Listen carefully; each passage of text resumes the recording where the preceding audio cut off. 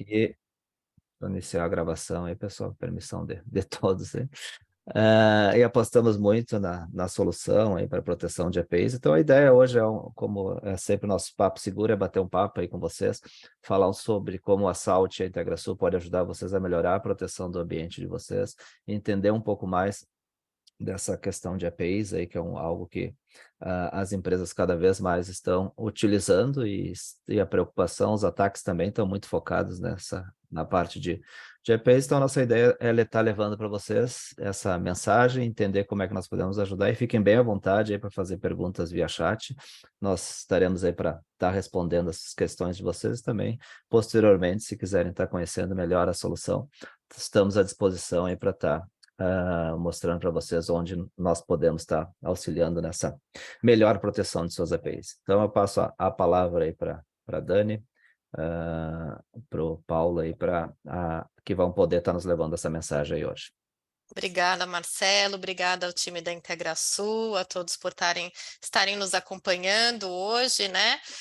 A ideia é a gente fazer a apresentação em duas partes. A primeira eu vou fazer uma breve introdução, quem é a Salt, mais conceitualmente como funciona a nossa tecnologia para a segurança de APIs, e depois eu vou deixar o Paulo com a melhor parte, que é fazer a demo, né, gente? Mostrar na prática aí todos os benefícios que os nossos clientes têm ao adotar uma solução como a da Salt, né? Como o Marcelo comentou, se vocês tiverem qualquer dúvida, né, pode fazer durante a apresentação, não tem problema nenhum.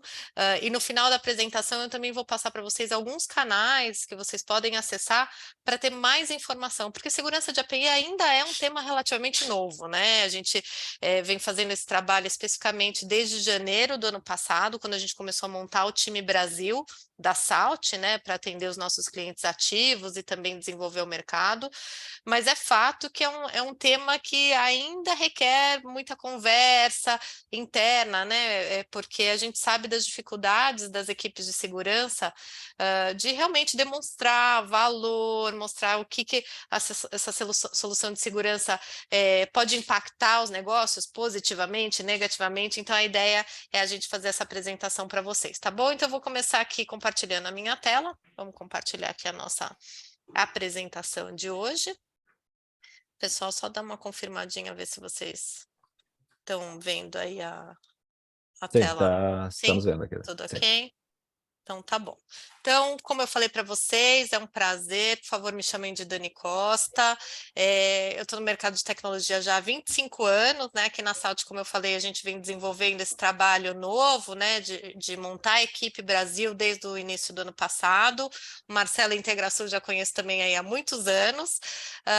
E como eu falei, né? A Salt é uma empresa, né? 100% dedicada à segurança de API, né? Nós não fazemos outra coisa. Eu costumo brincar porque eu venho de uma empresa que tinha um portfólio de 1.600 produtos, de várias áreas, gerenciamento, segurança, proteção de dados, e assim, realmente é difícil você ter foco quando você trabalha com um portfólio tão grande, né? A Salt não, a nossa tecnologia, né, que é uma tecnologia, deixa eu ver aqui, não tá passando aqui, é uma tecnologia patenteada, na verdade, né, que vocês podem ver.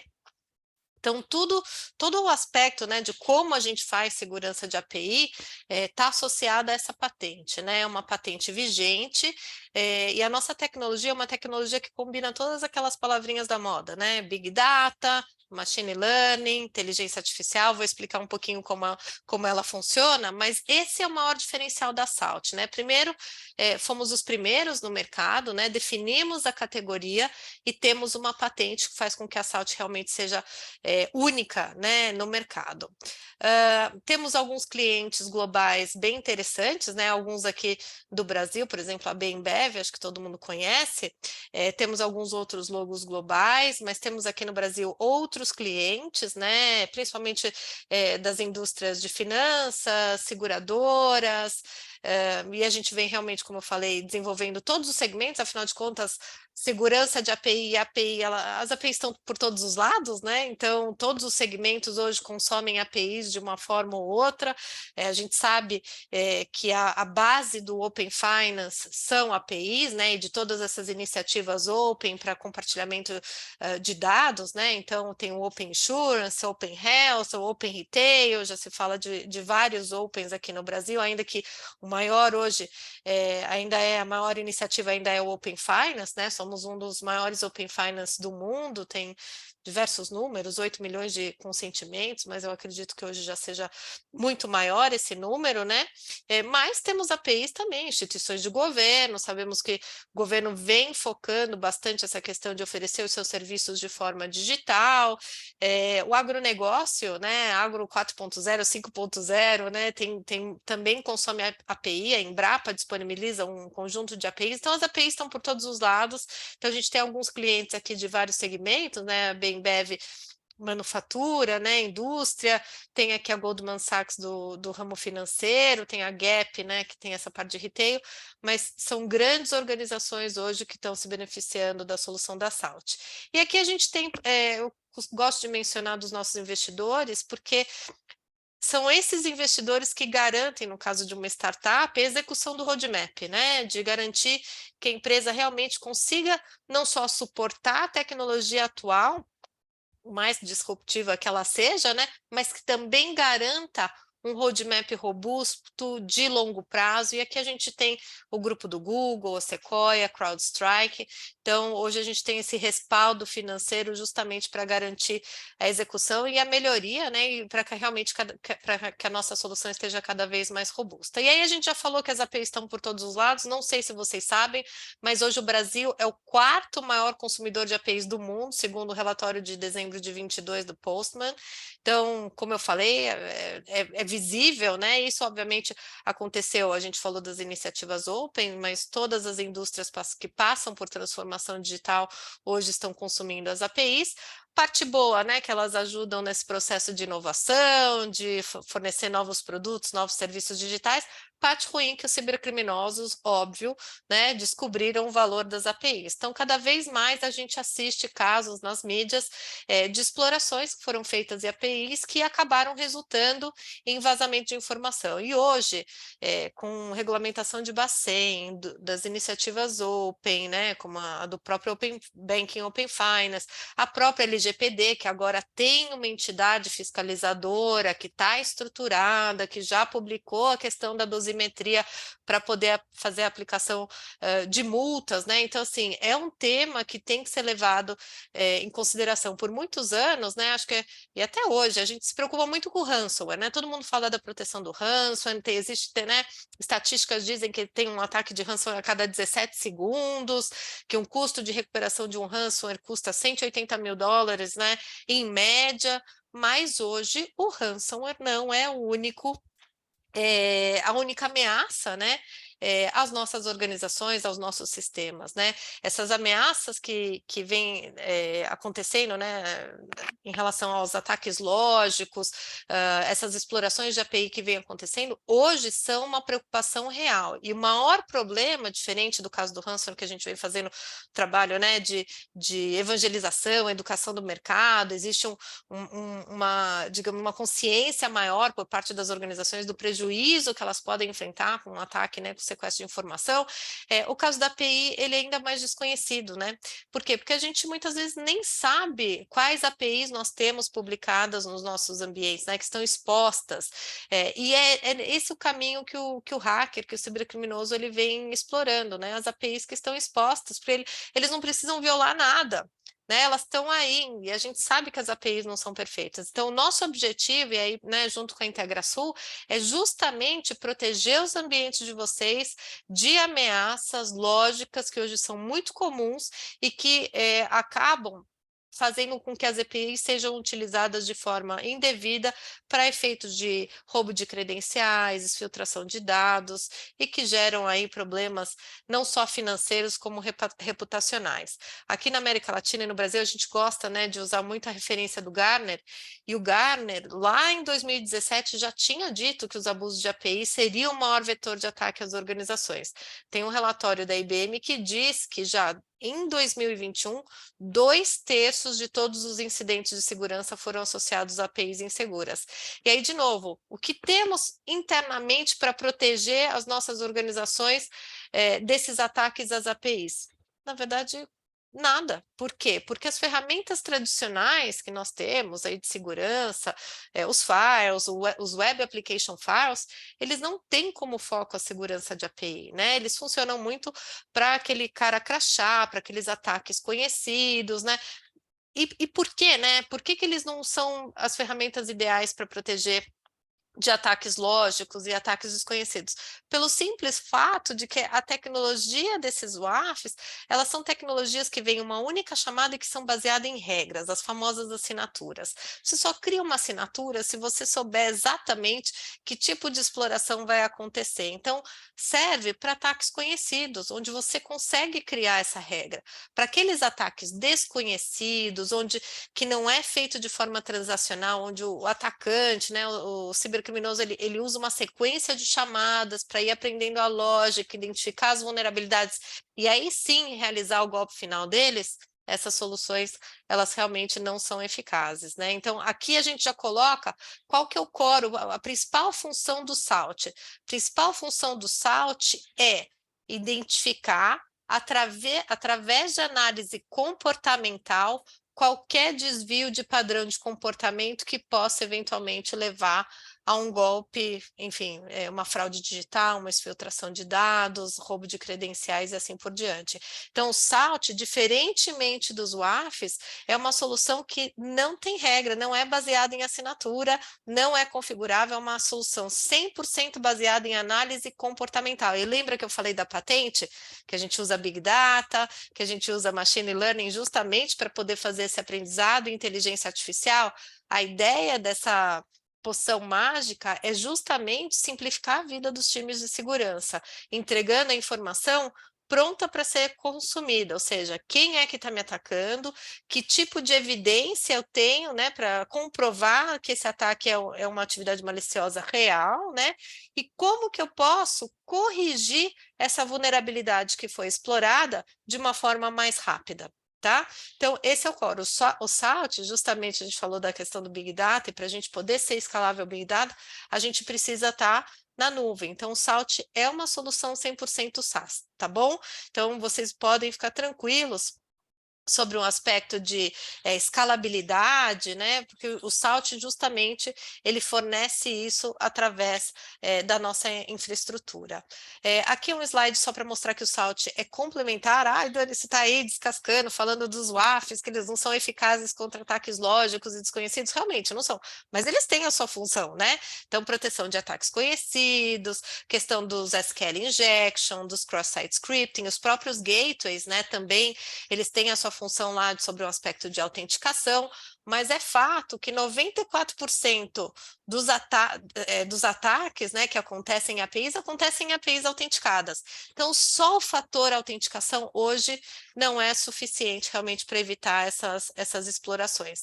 Então, para a gente já ir chegando aqui para o final da minha apresentação, quais são os principais benefícios que a solução da SALT oferece? Primeiro, né, visibilidade. E aqui eu vou falar desse tema porque é um tema ainda muito relevante para as organizações. Como a gente teve que, né, gerar esse processo de transformação digital, a toque de caixa, principalmente no pós-pandemia, né, as empresas tiveram que sair com novos produtos, novos serviços, seus apps, seus super apps.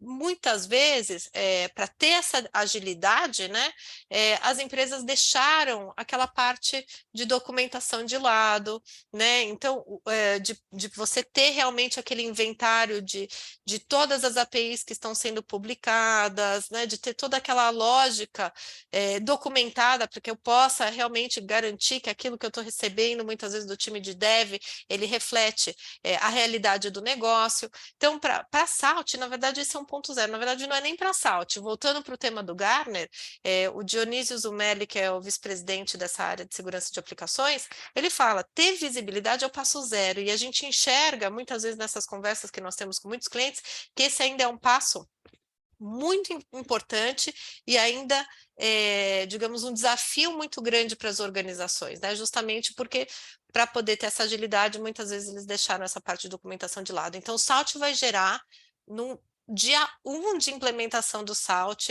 um inventário completo e granular. Vocês vão ver muito mais aí durante a demonstração do Paulo, tá bom? Mas fiquem tranquilos que esse ponto o Salt entrega muitas vezes em algumas horas, no primeiro dia, day one, uma vez que a ferramenta esteja implementada. Então, é um passo importante, mas que para a gente é muito simples, e a partir do momento que a gente está fazendo isso, ele passa a ser automático. Então, qualquer nova API, novo endpoint, a gente vai ter isso no dashboard demonstrado para vocês. Bom, pilar 2, proteção runtime, já falamos sobre isso. Todo esse tema de análise comportamental, para definir um padrão do que é correto, né? Aprender o que é correto, para a partir daí identificar qualquer desvio, é o core do Salt. Esse pilar é o pilar que eu costumo brincar que é o mais importante. Estava brincando aqui até com o Marcelo no início da apresentação. O Salt, esse pilar proteção runtime, ou proteção em tempo de execução, é o famoso blindar as APIs, aquele conceito realmente de proteger.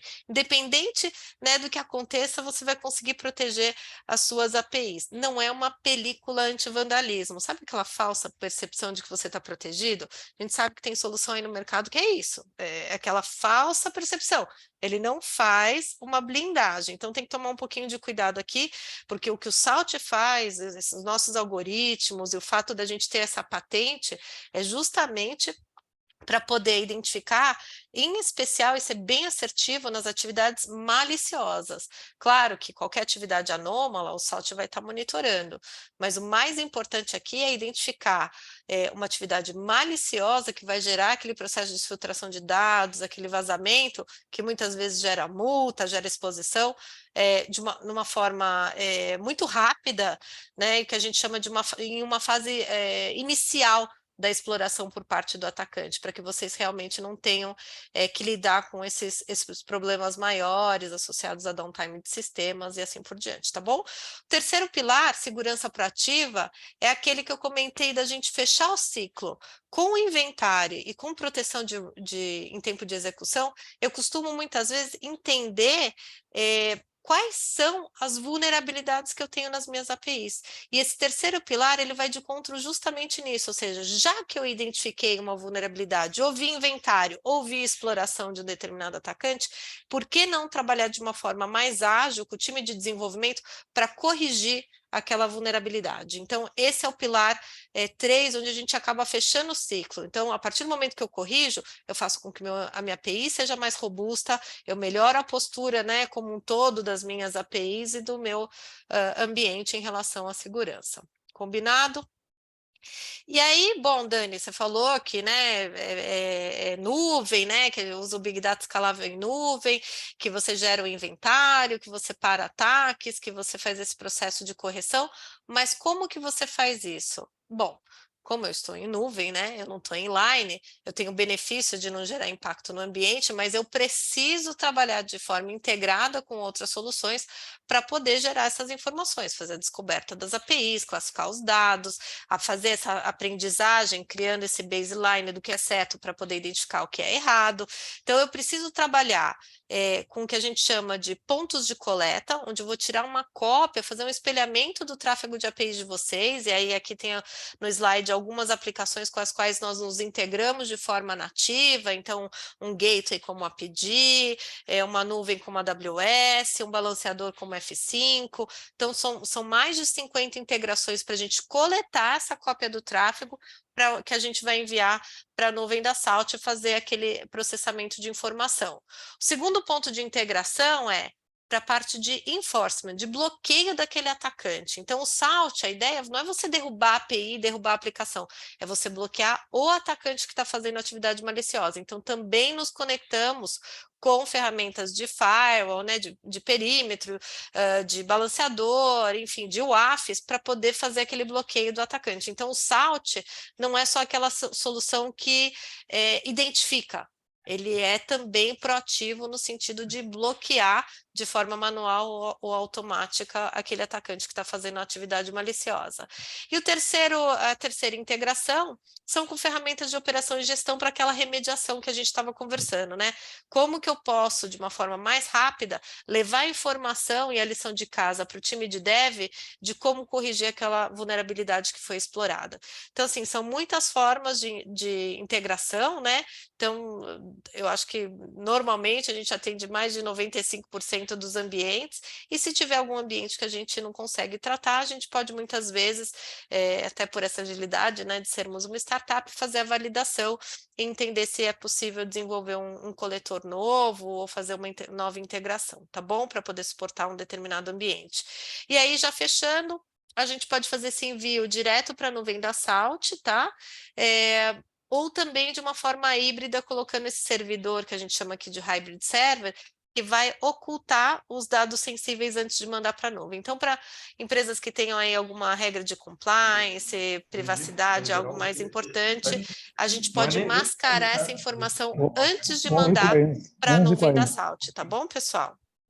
Aqui já é um pouquinho que eu vou deixar para o Paulo depois comentar por que Big Data é tão importante, né, no contexto de segurança de API. Eu não vou dar todo o segredo aqui, mas ele vai explicar justamente por que o core da nossa solução e a forma com que a gente faz toda essa análise, esse processamento, é uma forma tão efetiva que praticamente gera 0% aí de falso positivo, que é um dos pontos normalmente de questionamento de vocês.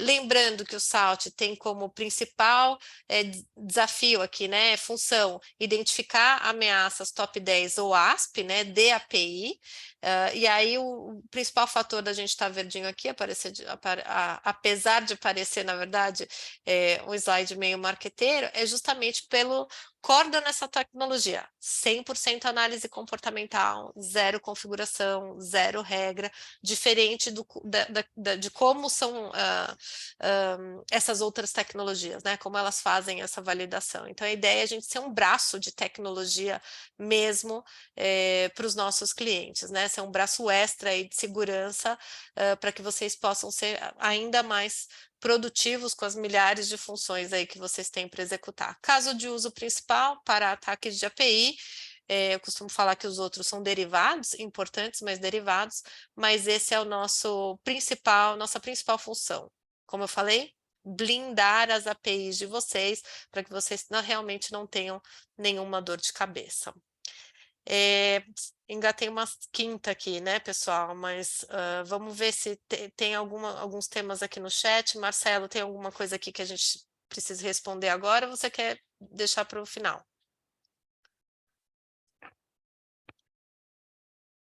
Fazer a apresentação, a demo, depois no final. Nós abrimos o chat aí para o pessoal perguntar.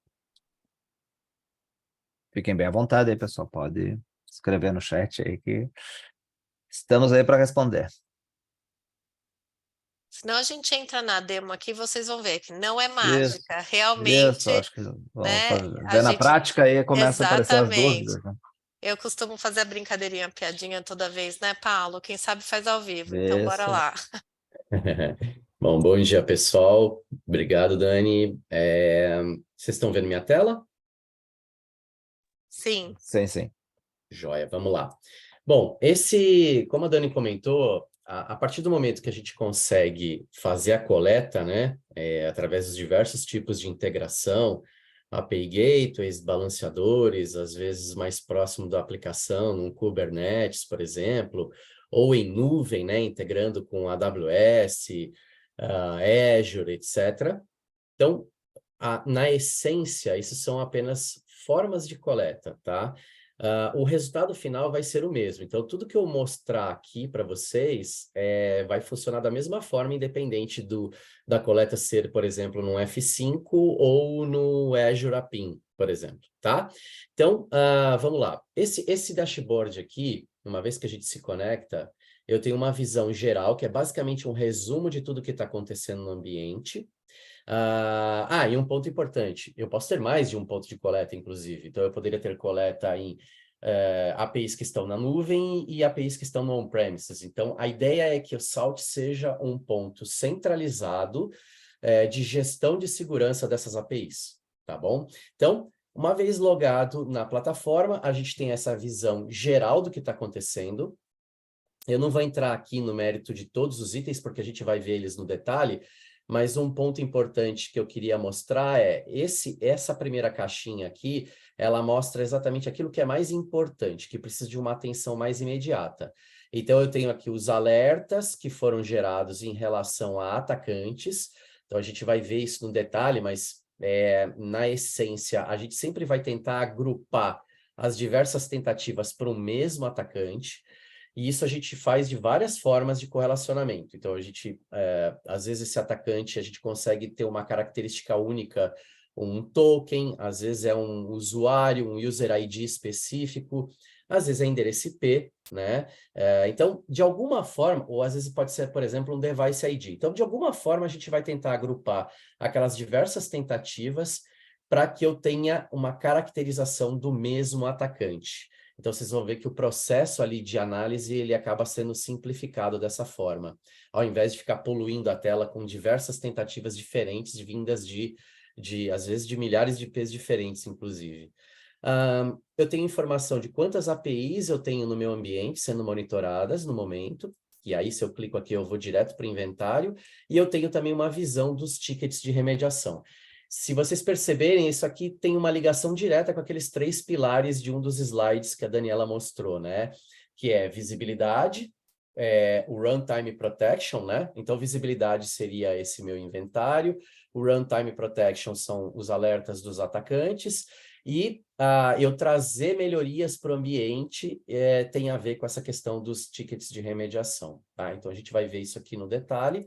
E de resto, é uma visão de geolocalização dos ataques, uma quebra por API top 10, uma visão aqui ao longo da semana de todas as tentativas que eu tive ali no ambiente, uma visão dos insights de segurança. Então, isso aqui está muito relacionado a vulnerabilidades que são identificadas, a gente vai ver isso no detalhe também, mas ele está muito relacionado àquele terceiro pilar de trazer melhorias, né, principalmente para o desenvolvedor.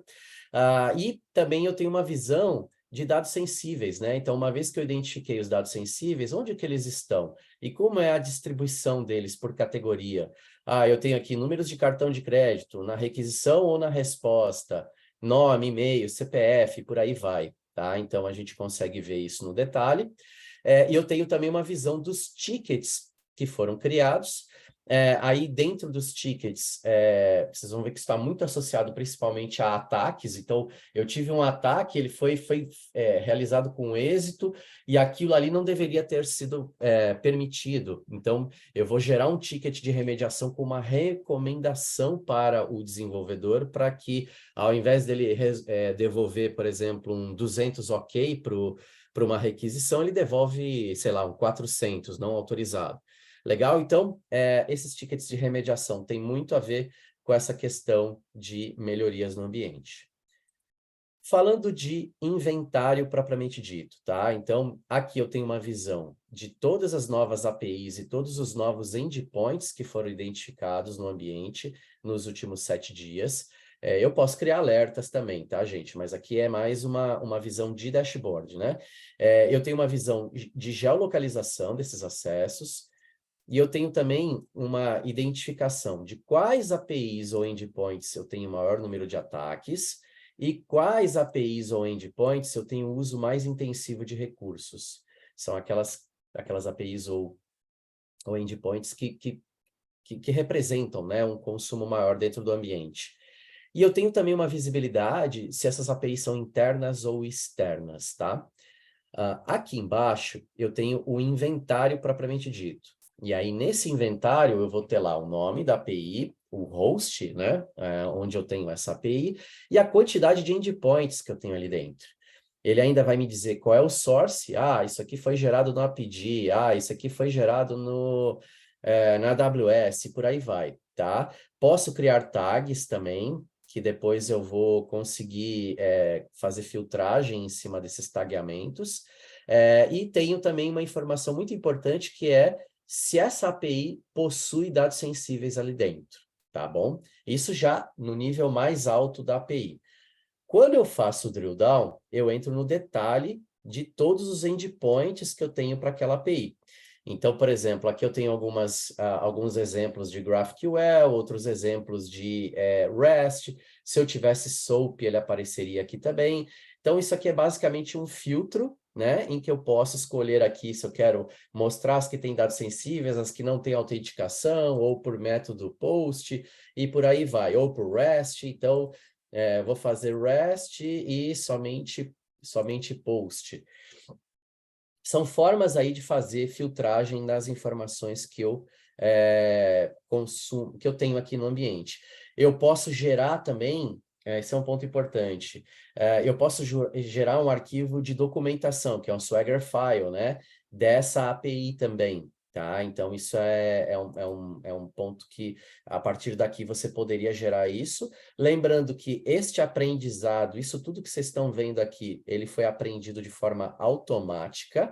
Então, a partir do momento que eu me pluguei em algum daqueles métodos de coleta, vai depender. Às vezes o pessoal pergunta, mas em quanto tempo eu tenho esse inventário pronto? Basicamente, isso depende do volume de acessos às APIs. Às vezes você tem uma API que tem um acesso considerável naquela API, naqueles endpoints. Isso é muito rápido, em menos de meia hora, às vezes, você já tem o inventário daquela API. Existem outros casos em que o acesso é muito difícil, então, são muito poucos acessos, então esse demora um pouquinho mais, tá? Então depende muito desse volume de acessos às APIs. Que mais? Nesse ponto aqui, eu tenho informação se eu preciso de autenticação para acessar esse endpoint. Então, notem que nesse caso aqui de cima não tem um cadeado. Então, significa que o cara pode fazer um post aqui e ele não precisa, ele não tem ali um token, ele não tem um parâmetro específico no header, né, que identifica ele como autenticado. Esse processo de aprendizado, se usa token, se é um determinado parâmetro X, Y, Z, isso tudo é feito de forma automática também. É parte desse aprendizado que a gente comentou, tá? Mas ele me informa aqui se é um endpoint autenticado, né? Qual é o método? Aqui, obviamente, eu tinha filtrado por post, né? E se tem dados sensíveis e qual é o path para acessar aquele endpoint. Perfeito? Então, se eu pegar um aqui específico, esse charges aqui, e fizer o drill down nele, ele vai me dizer, olha, aqui eu tive esse tráfego para esse endpoint específico, e aqui eu tenho uma quebra por requisição e resposta, tá? Então, nesse processo de mapeamento, é muito importante eu enxergar os dois lados da conversa, né? Quando eu integro, por exemplo, com um API Gateway, isso é natural, né? Eu estou ali vendo a conversa que acontece entre o cliente e o server. Um ponto importante que eu não lembro se a Daniela comentou, e eu também acho que nesse momento eu ainda não falei, essa cópia dessas informações ela é feita de forma assíncrona, tá? Então, a comunicação entre o cliente e o server, ela acontece normalmente, e aí eu tenho alguém ali, ou um plugin, ou uma política, ou por exemplo, no F5, um clone pool, de alguma forma eu estou copiando esse cara, essa informação de forma assíncrona, e estamos falando de metadados na essência, tá bom? A gente vai extrair só a parte de metadados. Então, uma vez que eu identifiquei aqui os metadados, eu tenho uma definição aqui de requisição e de resposta. Notem que ele já me identificou isso aqui como um JSON. Se fosse um XML, apareceria um XML aqui. Ele identifica todos os headers, né, os parâmetros de header, automaticamente, e também todos os que estão no conteúdo, que a gente já sabe que são parâmetros ali do JSON. Notem que para alguns desses campos ele identificou como dado sensível. Isso aqui é um misto de nome do parâmetro mais tipos de dado que ele está analisando. Então, ele vai aplicar, já existem categorias pré-definidas, ele vai aplicar isso automaticamente, mas é possível também você vir aqui. Então, vamos supor que para o meu negócio, currency é um parâmetro sensível, eu posso vir aqui, editar esse cara, atribuir uma determinada categoria, categorias essas que são também customizáveis, né? E eu poderia, sei lá, count number aqui, e eu poderia aplicar para todos os outros endpoints e APIs onde eu tenho o mesmo tipo de parâmetro. Legal? Então, isso é uma forma de dar um apply to all aqui, mas de uma forma mais, para não precisar fazer isso manualmente, e eu também consigo fazer com que essa identificação seja automática, para não precisar fazer isso todas as vezes. Beleza? Mas, a princípio, a gente já identifica automaticamente uma série de parâmetros aí já pré-existentes. Isso vale para a resposta. Então, tudo que eu comentei aqui em termos de resposta é a mesma coisa, header e o conteúdo. A grande diferença é que aqui eu também mapeio os tipos de resposta, porque a resposta 200 é diferente da resposta 400 e assim por diante, né? Eu tenho parâmetros diferentes, então isso também é mapeado. Perfeito? Então, isso é em termos de inventário. Dani, por favor, me interrompa se tiver qualquer dúvida no chat, tá? Pode Combinado. me interromper, tá? Dado Até esses... aproveitando que tem uma Uhum, pergunta aqui sobre SAST e DAST, né? Que é sempre uma das dúvidas que a gente tem, né? Sempre a questão de quão diferente, né, o SALT é em relação aos WAFs, né? Por que que o WAF hoje não protege a API de forma efetiva? E qual que é a nossa diferença, por exemplo, também com ferramentas de análise de código, né? Análise de vulnerabilidade, uns Veracode, né? Esse tipo de solução. uhum, tá. Em relação aos WAFs tradicionais, o que acontece eles são baseados em assinatura, né? Na grande maioria das vezes, e eles não têm o contexto. Então, é o que a gente brinca muito, que é aquela história do cara crachá. Então, vem uma requisição, eu comparo com algum conjunto de regras, assinaturas, etc., e eu posso bloquear esse cara baseado, por exemplo, numa violação de um protocolo, etc. Já quando a gente fala de SALT, a gente pega, a gente faz toda essa coleta de Big Data, aplicação de Machine Learning, inteligência artificial, para começar a pegar desvios de comportamento. Nesse desvio de comportamento, na essência, você não tem uma modificação, você não está modificando o protocolo, você não está violando esse protocolo. Então, o que existe ali, sim, é um comportamento anômalo. Então, por exemplo, eu vou dar só um exemplo rápido aqui. O Paulo faz 2 acessos por hora, então, por usuário, né? Então, o usuário Paulo faz 2 acessos por hora, de repente ele fez 500 em 1 minuto. Esse tipo de coisa, na essência, não viola nenhuma regra de WAF, né? Então, o que eu tenho aqui, o que eu tenho de grande diferença é o comportamento. Isso é um exemplo, né? Eu poderia mandar, vamos supor que eu tenho um token e mais um cookie, e aí eu manipulei aqueles parâmetros, eu troquei uns valores ali, e aí o que era para eu estar autenticado como Paulo, eu acessei os dados da Daniela. Esse tipo de coisa, de novo, você não tem uma violação de protocolo. Eu estou só variando ali os tipos, os dados específicos que vão ali dentro. Então, nesse contexto, a gente se diferencia de WAFs dessa forma. E aí você comentou de SAST e DAST, eles são ferramentas para análise de vulnerabilidade, na essência, né? O que a gente faz, na realidade, é mais focado em identificação de ataques, em inventário, identificação de ataques, etc. O SAST e o DAST, eles vão fazer isso de forma ativa, eles vão mandar tipos de escaneamentos, vão mandar requisições e ver as respostas. A gente está aqui de forma passiva observando o ambiente. Então, nessa observação do ambiente, eu consigo pegar alguns tipos de vulnerabilidade. Eu vou comentar isso aqui no Security Insights. Mas eles são, na verdade, essas 3 linhas de produto, né? O AF, a proteção de API e SAST e DAST são ferramentas complementares, né? Um não substitui o outro, tá bom? Não sei se eu consegui aí resumir, mas em linhas gerais, essas são as principais diferenças, tá? Obrigada. Dados sensíveis. Então, lembra daquela história do inventário, onde eu estava lá com os campos tagueados como de dados sensíveis? Aqui eu tenho um dashboard só para me mostrar onde eles estão. Então, eu quero saber onde eu tenho cartão de crédito na resposta. Eu clico aqui, ele vai me mostrar exatamente o endpoint onde eu tenho cartão de crédito na resposta e o nome do parâmetro. Perfeito? Eu quero saber onde eu tenho, sei lá, um e-mail na requisição. Aí ele vai me mostrar, esses endpoints têm e-mail na requisição. Perfeito? Isso tudo aqui você consegue gerar, perdão, um relatório. Você pode exportar isso aqui para um CSV. Você poderia colocar, por exemplo, num processo de aprovação, né, junto ao gestor daquelas APIs. Perdão. Security Insights. Aqui sim, aqui eu tenho vulnerabilidades, tá? Mas são vulnerabilidades, notem que são vulnerabilidades um pouco diferentes daquele conceito de SAST-DAST, né? Então, por exemplo, aqui eu consigo te dizer se você tem um dado sensível numa URL. Então, o cara colocou lá www.empresa.com.br/acesso, e aí tem lá, interrogação CPF igual, aí tem o número do CPF. Isso é um problema, sob o ponto de vista de segurança, porque esse log, essa URL vai ser logada num proxy, vai ser logada num CIEM. Então, isso pode ser um problema de segurança. Esse outro aqui são dados sensíveis sem autenticação. Só um minutinho, por favor.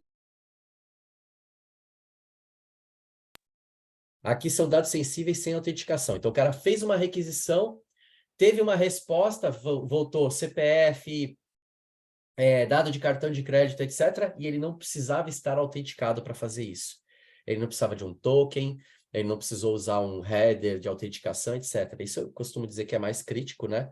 Porque é a cereja no bolo, né? O cara, sem fazer qualquer tipo de exploração, ele consegue ter dados sensíveis ali. Aí ele pode, obviamente, customizar scripts, etc., para levantar esses dados. E a gente ainda consegue identificar outras coisas, como tokens sem inspiração, né? Que a gente brinca que são os token Highlanders, né? O desenvolvedor, às vezes, cria algum token que não inspira. É interessante num determinado ponto, às vezes, para fazer teste, mas se isso vai para produção, se alguém tem acesso a esse token, depois pode usar ele indefinidamente. Endpoints zumbis, né? Que são aqueles endpoints onde eu tinha tráfego e, de repente, eu parei de ter tráfego. Então, aqui sim são vulnerabilidades, tá? Falando um pouquinho sobre o segundo pilar, que é o pilar de identificação dos ataques, né? O Runtime Protection. Então, lembra que eu comentei que aqui a gente sempre vai procurar agrupar todas as tentativas por uma característica única? Então, por exemplo, nesse caso aqui eu tive 31 tentativas vindas do mesmo device ID. Nesse outro caso aqui, eu tive 21 tentativas vindas de um único user ID. A gente pode fazer isso por token, né? Então, como vocês verem aqui, eu tenho token, eu tenho um user ID, às vezes pode ser um e-mail, às vezes pode ser um endereço IP. De alguma forma, eu vou tentar agrupar o máximo possível aquilo por um que a gente chama de atacante, perfeito? Nesse processo aqui, a análise ela é feita desta forma. Então, eu tenho esse atacante aqui, ele gerou 21 tentativas. Deixa eu ver o que esse cara fez. Quando eu entro no detalhe, ele me mostra, eu tenho aqui os endpoints que ele mais atacou, eu tenho as respostas que eu tive do servidor, 200, 400, etc. E eu tenho uma quebra por API top 10. E eu ainda consigo ver tudo que esse cara fez ali ao longo do tempo, tá? Essa é uma das vantagens da história do Big Data, tá? De você ter a visão do todo, de tudo que está acontecendo. Então, você veja que eu tenho o contexto todo, não é somente a história do cara crachá, né? Origens é como ele veio, né? Então, essas requisições aqui, todas elas tinham duas características únicas, né? Então, ele usava sempre o mesmo user ID e sempre o mesmo device ID. Mas ele usou 10 IPs diferentes. Então, eu consigo também identificar essas diferentes origens que esse cara utilizou, tá? E aqui no timeline, eu tenho primeiro uma visão ao longo do tempo de tudo que ele fez no ambiente, e ele me mostra, numa linha de tempo, do mais novo para o mais antigo, todas as tentativas que ele fez. Então, ele vai construindo aqui narrativas do que esse cara fez. Poderia, a partir do sumário, clicar em qualquer um desses itens aqui e ir lá direto para o timeline. Então, por exemplo, quero ver tudo que ele fez relacionado à API 1, né? Que é o Bola, o antigo IDOR, né? Eu clico aqui, ele me mostra exatamente as duas tentativas desse cara. E aí, por tentativas, ele vai gerar aqui uma narrativa, ele vai me explicar o que aconteceu. Então, nesse primeiro caso aqui, ele mostra o seguinte, que o usuário tentou acessar dados de outros usuários através da enumeração do parâmetro Account ID, tá vendo? Ele está aqui na URL, né? O parâmetro Account ID. E esse atacante usou 52 valores distintos no último minuto, que é 1.700% a mais do que o comportamento normal. Bom, como que ele sabe que é 1.700% a mais do que o comportamento normal? Isso está intimamente relacionado a toda aquela questão de aprendizado, né? De uma vez que eu entendi o que acontece naquele ambiente, eu consigo perceber essas anomalias, né? Esse de baixo aqui é bem interessante, ó. O cara fez, então é um potential bola, né? E aí ele tem dois headers aqui, dois parâmetros de header. Um se chama Cookie User ID e outro se chama Authorization User ID. Eles deveriam, pela aplicação, eles deveriam ter o mesmo valor. Mas notem que ele está com um valor diferente. Então, quando a gente clica aqui no Show Payload, ele me mostra detalhes da requisição, tá? Então, para termos de forense, ele vai me mostrar todos os detalhes dessa requisição e detalhes da resposta, tá? Então, notem que ele teve um 200, ok, né? Então, funcionou. O cara fez a requisição e teve a resposta. E aqui, notem que eu tenho um token, então a gente faz o decoding do token também, né? Então, a gente abriu ali, fez o parsing, né, desse token, e eu tenho um determinado parâmetro que é diferente do parâmetro que está no cookie. Perfeito? Então, esse é um exemplo aqui de API 1. Vou pegar um exemplo de API 2, por exemplo, né? Que é o Broken Authentication, né? Que é o cara violar ali qualquer método de autenticação que eu tinha para acessar aquela API. Então, eu tenho dois exemplos aqui. No primeiro, ele removeu o parâmetro, ó. Ele removeu o parâmetro do header, tá vendo? E ele teve um 200 ok, ou seja, ele conseguiu acessar, tá? Nesse segundo exemplo, aqui eu tive um internal error, né? Aqui não funcionou. Mas, o que ele fez? Ele veio aqui e removeu um dos parâmetros do token. Então, assim, toda vez que eu tenho algum tipo de manipulação, que o cara vai lá, remove parâmetro do header, remove parâmetro do payload, remove parâmetro do token, insere parâmetro. Então, todo esse tipo de coisa a gente consegue pegar, tá bom? Um outro ponto importante que acho que vale a pena mencionar tá vendo essa evidência aqui com asterisco no conteúdo, né? Nesse payload, isso aqui são campos que estão tagueados como de dados sensíveis. Lembra da história do inventário? Então, aqueles campos que ficam tagueados como de dados sensíveis, na hora que eu tenho uma evidência de um ataque, eu vou ter todos aqueles parâmetros que estão identificados como parâmetro de dado sensível, eu vou mascarar isso e ele fica armazenado dessa forma na nuvem da Salt, tá bom? Que mais?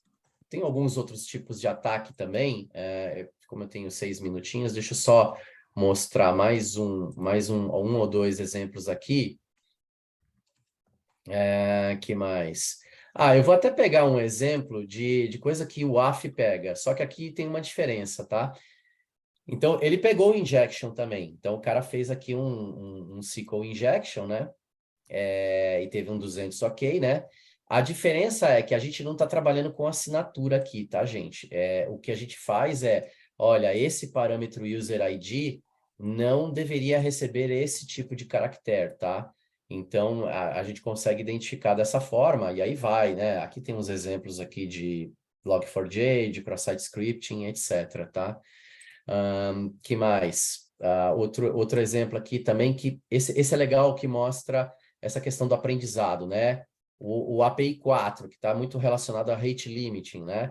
Então, olha só, esse endpoint foi acessado 303 vezes na última hora pelo mesmo usuário, o que é maior do que o normal, tá? Então, de novo, isso tudo, esse desvio, essa identificação desses tipos de ataque, eu consigo justamente por conta desse aprendizado que eu tive do ambiente. Isso aí é Machine Learning e IA. Não tem assinatura para isso, tá? Que mais? Outro ponto importante. Agora já falando de... um ponto que acho que faltou comentar. Então, vamos supor, legal, esse cara aqui eu já vi que ele é do mal, né? O cara só fez coisa errada aqui, quero criar um bloqueio para ele lá no WAF, por exemplo, ou no balanceador. Eu clico aqui em Take Action, seleciono uma ação já pré-definida, então eu posso integrar com CDNs, né? Eu posso integrar com Firewalls, a gente consegue integrar com qualquer ferramenta que suporte o webhook, que é, na prática, um consumo de API, né? E aí eu poderia criar um bloqueio nesse cara, por exemplo, um bloqueio no F5, dizendo, quero bloquear por IP, lembra dos 10 IPs que a gente viu ali no source? Ou quero bloquear por User ID ou por Device ID. Obviamente, por User ID e por Device ID, é muito mais cirúrgico esse bloqueio, tá bom? E um ponto importante aqui também legal, eu vi que teve um bolo aqui. Notem que ele gerou um ticket de remediação. Esse ticket de remediação, isso aqui já é feedback para o desenvolvedor, tá? Então, nesse feedback para o desenvolvedor, isso a gente pode integrar com Gira, ServiceNow, etc., né? Com ferramenta de TSM em geral. E aí eu digo, olha, esse endpoint, nesse parâmetro, você tem que validar a autorização e devolver um 400, né? Quando o cara não tem, não valida da forma correta. E eu tenho a evidência aqui embaixo. Tá vendo? Ó, ele tem aqui a evidência que é exatamente aquele exemplo do Bola que eu tinha mostrado. Eu tenho um outro exemplo de ticket aqui que eu acho legal mostrar, esse cara aqui, ó.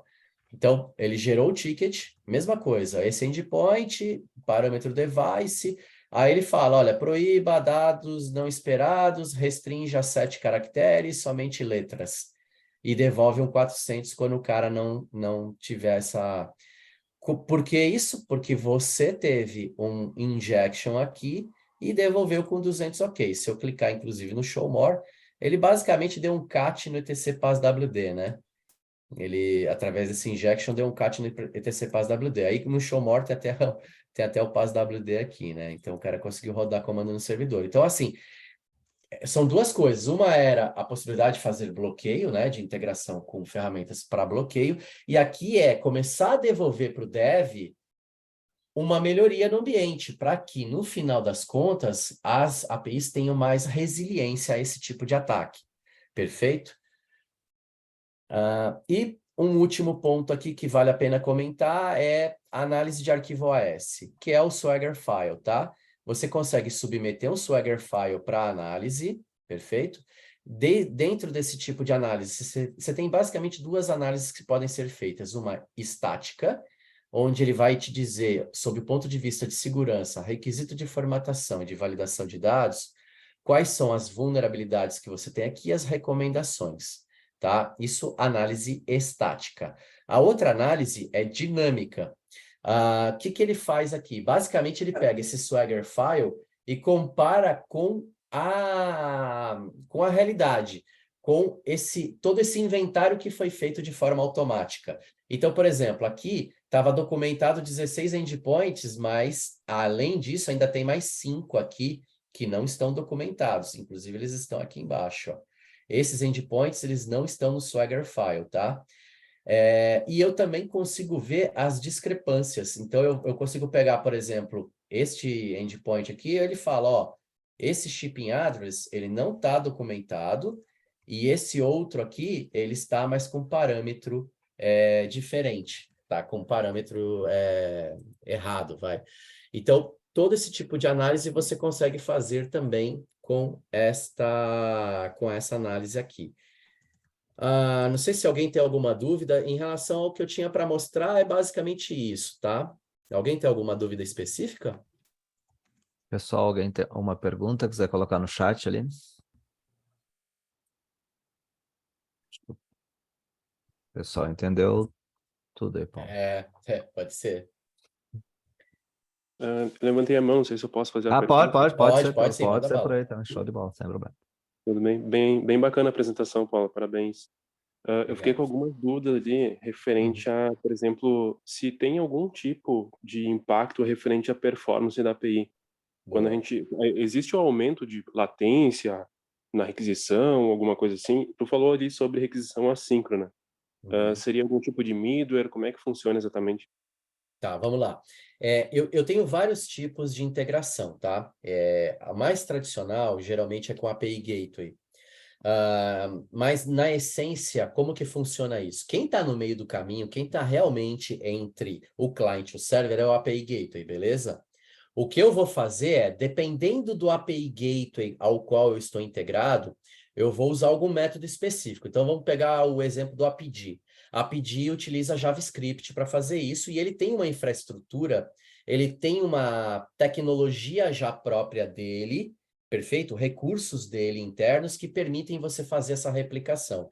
Então, o que vai acontecer ali eu vou ter um plugin atribuído, às vezes, a um proxy, às vezes a um ambiente como um todo, aí depende, de novo, de cada tecnologia, né?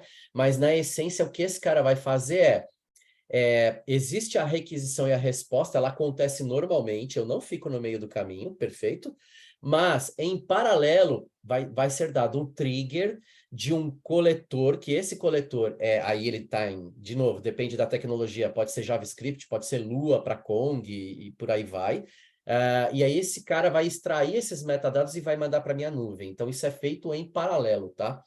Então, a princípio, a latência aqui é mínima, a mínima possível, tá bom? Existem outras formas de coleta, às vezes é um F5. No F5, você vai ter também uma tecnologia lá específica para fazer a replicação. No caso, ela é conhecida como clone pool.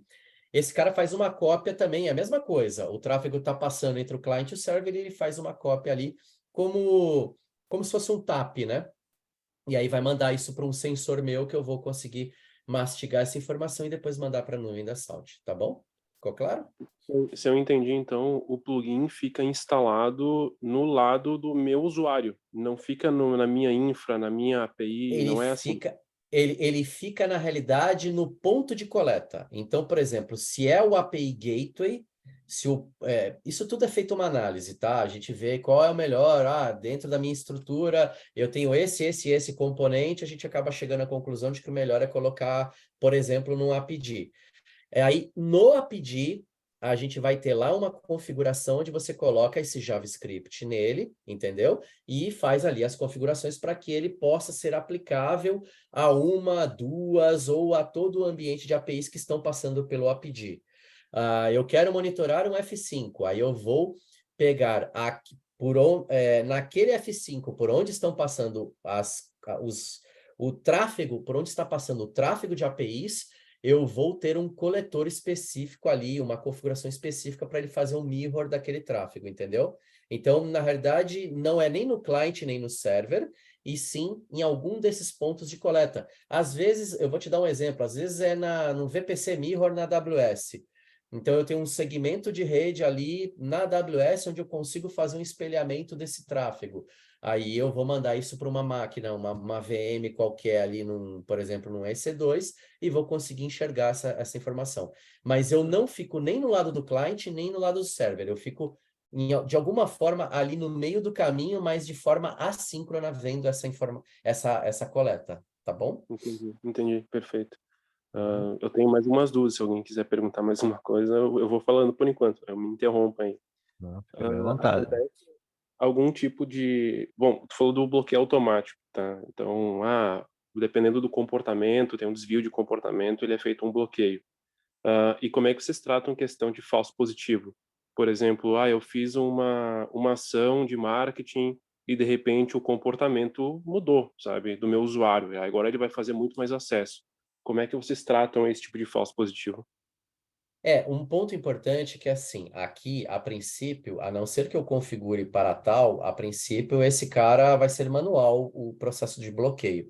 Então, ele vai me gerar alguma coisa muito específica daquele cara, porque ele fugiu totalmente do comportamento, do que era normal para aquele ambiente barra usuário, né? Porque tem isso também, tá? Às vezes não é nem questão do ambiente como um todo, às vezes é um comportamento específico daquele usuário. Eu consigo, dessa forma, tratar isso aqui, eu posso colocar ele de outra forma, né? Então, eu consigo tratar esse ticket, esse atacante específico. Nesse caso, eu só faria o take action se eu tivesse a certeza, né, de que ele realmente é um ataque para o meio ambiente, e eu ainda teria também a possibilidade de colocar esse cara como isso aqui é legítimo. Eu posso também, dependendo da situação, é um scanner de vulnerabilidade, aí eu coloco ele numa exceção de IPs ali que não vai aprender sobre ele, entendeu? De ataques. Então, existem formas, sim, de você fazer essa ação cirúrgica. E quando a gente fala de algo que é orgânico, porque isso que você falou não é um exemplo orgânico, né? Foi uma coisa que aconteceu muito de repente, né? Para algo que é orgânico, a própria plataforma se ajusta automaticamente. Então, se esse tráfego vai aumentando ali, ou mesmo de um determinado usuário, às vezes você tem ali robôs, né, que eles têm um acesso diferente de usuários normais. Então, todo esse tipo de coisa, robô que eu digo é alguma ferramenta que você coloca, né, para ela automatizar alguns processos. Então, todo esse tipo de coisa tem como você ajustar aqui para fazer esse fine tuning, né, dele não fazer bloqueios de forma indevida, tá? Uhum, entendi. Mas então eu consigo, digamos assim, deixar esse bloqueio automático e quando eu preciso de alguma exceção, eu vou lá e coloco uma exceção para aquele usuário, por exemplo. Seria dessa forma? Poderia sim, poderia. Perfeito, perfeito. Uhum. Uma outra dúvida que eu tenho é referente a dados sensíveis. Vocês comentaram ali sobre cartão de crédito, sobre CPF e tudo mais. Como é que é definido esses dados sensíveis? Quais são os dados sensíveis? Eu vou lá e mostro para o algoritmo, esse aqui é um dado sensível, porque isso varia de empresa para empresa, né? Sem Por exemplo, dúvida.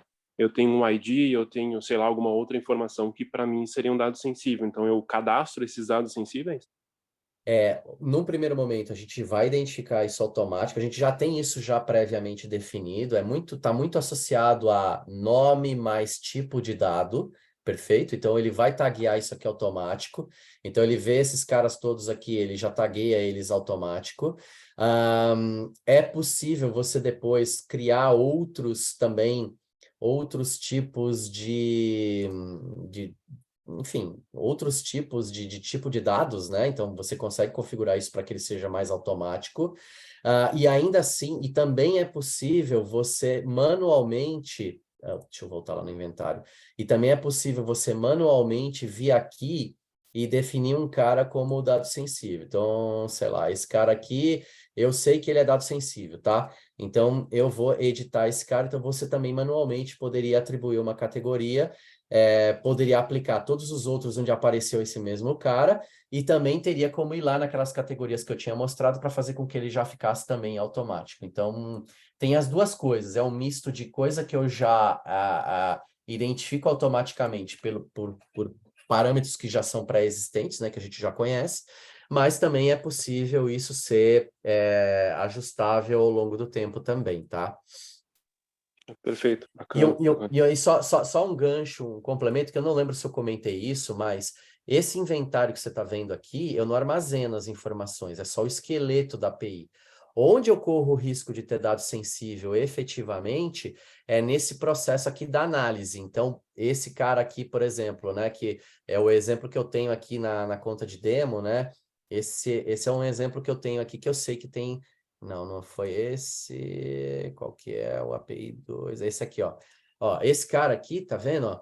É assim que fica quando eu tenho uma identificação e eu preciso de uma evidência desse ataque, beleza? Aí esse cara vai ser armazenado na nuvem da Salt com esses asteriscos. Se eu for lá nesse endpoint, né, nessa API específica, nesse endpoint, eu vou ver que o address city, o address country, line 1, line 2, etc., todos esses caras estão tagueados como de dado sensível lá no inventário. Então, é por isso que ele, quando já bate o olho aqui, ele já salva essa informação já como dado sensível, tá? Entendi. E, por exemplo, se eu quero ver, tô sofrendo um ataque, eu quero saber quais os dados o atacante está enviando para minha API. Eu não consigo ver porque eles estão, em teoria, criptografados ali, não é isso? Os dados você vai ver, porque eu tenho a evidência aqui, ó. Você tocou num ponto que eu já vou comentar, mas ó, esse aqui é um exemplo de API 1, você olha aqui, tá aqui, ó. O cara fez essa URL, esse aqui era o token, tá vendo? Ó? Esse aqui é Uhum. o header, o cookie é esse aqui. Então, eu tenho sim as evidências, tá? Aqui é a mesma coisa, tá? Você comentou sobre a parte de criptografia, né? A criptografia, eu preciso enxergar o tráfego desencriptado para poder analisar, para ver se tem ali alguma anomalia nos acessos, etc. Então, eu tenho que enxergar esse tráfego desencriptado. Quando a gente integra ele, por exemplo, com a API Gateway ou com alguma outra... É só o ponto que tem que ser observado. A API Gateway sempre ele vai estar desencriptado porque ele precisa tomar decisões, então ele tem que estar com o pacote aberto, entendeu? Então, por isso que tradicionalmente o API Gateway é o grande candidato, né, a ser o ponto de coleta, porque ele tem essa característica. Mas se eu tivesse, por exemplo, monitorando um segmento de rede, aquele exemplo que eu dei lá do F5 e de um VPC Mirror na AWS, teria que ser num segmento onde eu não tivesse a criptografia, tá? Para eu poder ver todo o payload, né? Entender tudo que acontece ali dentro das requisições, tá bom? Perfeito, entendi. A última pergunta que eu tenho é referente ao modelo de cobrança. Como é que é feito? É por requisição? É por quantidade de dados? Como é que Por vocês fazem a... requisição. É por requisição. Quantidade de requests mês, aí obviamente você vai ter pacotes, né? Uhum. X, sei lá, 10 milhões de requisições mês, 20 milhões de requisições mês. Obviamente, quando você pega pacotes maiores, o valor unitário deles tem um desconto, né? Ele acaba sendo menor do que o valor unitário de um pacote menor, né? Mas é Uhum. basicamente isso, tá? É por quantidade de requisições.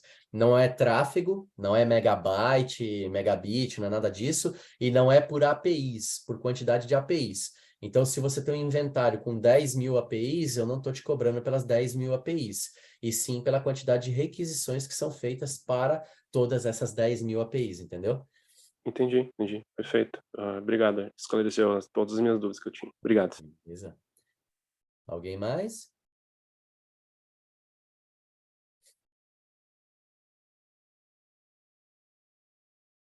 Não.